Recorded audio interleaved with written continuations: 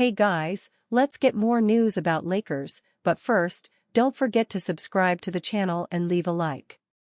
3 reasons the Timberwolves won't advance after Game 1 win over Lakers. The Los Angeles Lakers were humbled in Game 1 of their first-round series against the Minnesota Timberwolves.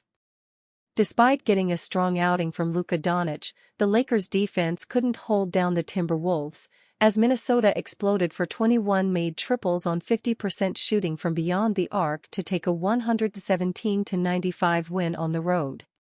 While Game 2 of the series isn't exactly must-win yet for the Lakers, they would want to avoid going down 2-0 before heading on the road. That typically is a death sentence in a 7-game series. But even with the Timberwolves getting a leg up over the Lakers to begin the series, Doncic and LeBron James, of all people, would know that overreacting to a single playoff game is a fool's move. The Timberwolves' odds to advance to the next round of the playoffs may have increased following their Game 1 win, but there are positive signs for the Lakers faithful to hold on to as they look for their team to even up the series on Tuesday night. With that said, here are 3 reasons as to why the Lakers will still take care of business against the Timberwolves despite their loss in Game 1. In today's NBA, winning the mathematical battle is crucial to earn a victory. Getting more possessions or making more three-pointers is a surefire way to achieve success, and in Game 1, that's exactly what fueled the Timberwolves' victory over the Lakers. Minnesota, as a team, was on fire from beyond the arc. As mentioned earlier, they went 21-42 from beyond the arc, which was always going to be difficult for the Lakers to match. The way the Lakers played defense did not help matters whatsoever. They helped off of three-point shooters despite being one pass away on the strong side, while loading up on the strong side to prevent drives opened up a ton of three-point looks for Minnesota.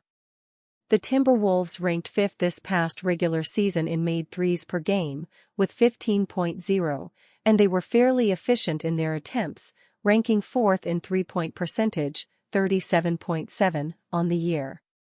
Thus, a three-point explosion is no fluke, and this is why the series will not be an easy one whatsoever for the Lakers.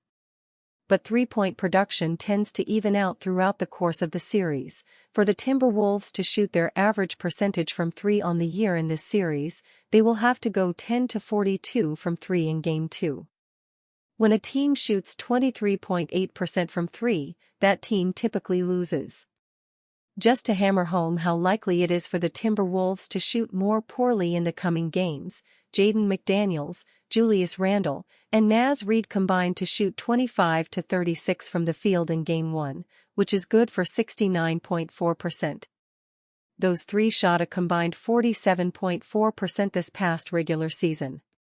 There is a possibility, in a sample of, at most, 7 games, the Timberwolves simply shoot the lights out and knock the Lakers out of playoff contention. But the law of averages is a law for a reason, and the Lakers can at least trust that some regression will be coming in their favor.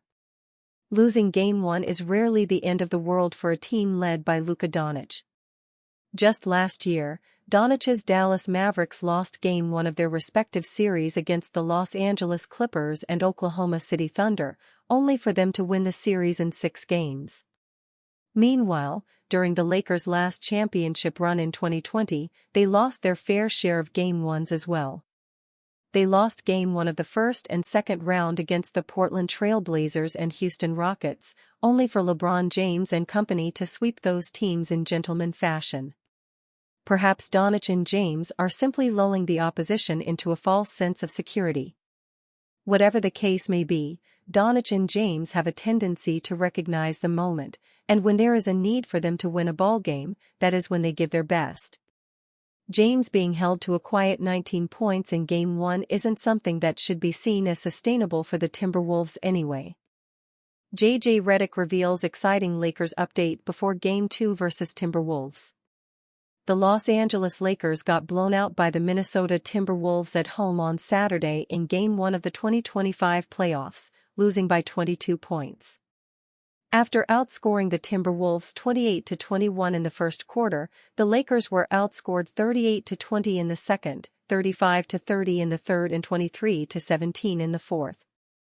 After winning 50 games in the regular season, Los Angeles secured the third seed in the West. However, all that hard work went out the window in just one game, as the Timberwolves now have home court advantage in the series. Game 2 on Tuesday is a must-win contest for the Lakers, who can't afford to go down 2-0 with Games 3 and 4, set to take place in Minnesota. It will be interesting to see how Los Angeles players play in Game 2 after playing poorly in Game 1. Lakers head coach J.J. Redick, coaching in his first postseason, told local reporters on Monday that the team had their best practice in months. The former NBA guard also said he and his staff have wondered if the players should have scrimmaged more with the week off going into Game 1. J.J. Redick said in retrospect he and his coaching staff wonder if they should have scrimmaged more with the week off going into Game 1. He said LAL had their best practice in months today and worked up a good lather. The Lakers didn't look sharp in Game 1 on either side of the ball against the Timberwolves, who hit 21 three-pointers. Rust may have played a role in Los Angeles' struggles. All 5 Lakers starters, Luka Doncic, Austin Reeves, Rui Hachimura, LeBron James, Jackson Hayes, had a negative plus-minus. Doncic had 37 points and 8 rebounds, but he also had 5 turnovers in his first postseason games with Los Angeles. Meanwhile, James and Reeves shot a combined 13 of 31 from the field. Game 2 is the biggest contest of the season for Redick and the Lakers. Let's see how they respond after coming out flat in Game 1. Nico Harrison makes unexpected Luka Doncic admission on Monday. When the Dallas Mavericks traded Luka Doncic to the Los Angeles Lakers in February, it sent shockwaves through the NBA. The blockbuster deal, which brought Anthony Davis to Dallas, marked the end of an era for the Mavericks, and the beginning of one of the most scrutinized front office decisions in recent memory.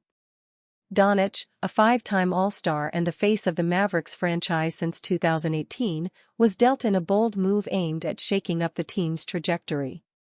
In return, Dallas received Davis, a dominant big man with championship pedigree, but also a history of injuries. What followed was a roller coaster for both teams. Davis got off to a strong start in Dallas but missed significant time due to a groin injury in his debut, sidelining him for 18 games. The Mavericks slipped in the standings and were eventually eliminated in the play-in tournament despite Davis's efforts to rescue the season late. Meanwhile, Doncic flourished in Los Angeles. In 28 regular season games with the Lakers, he averaged 28.2 points, 8.1 rebounds, and 7.5 assists while shooting 43.8% from the field. He formed a lethal pairing with LeBron James and helped guide the Lakers into the playoffs, becoming an instant fan favorite in LA. On Monday, Mavericks GM Nico Harrison offered a surprising reflection on the decision and the backlash that followed. "I didn't know Luka was important to the fan base," Harrison said, via All City's Tim Cato. "I didn't know quite to this level." Harrison's words have reignited debate among Mavericks fans who remain bitter over losing a generational talent. Since the trade, Dallas fans have consistently called for his dismissal, as they continue to question the logic behind trading away a superstar like Doncic, who led the team to the finals last year. As Dallas looks to regroup this offseason, Harrison's comments may linger as a reminder of how much Doncic meant, and still means, to the city he once called home. And you, fan? What do you think about Nico Harrison's situation? Write to us in the comments.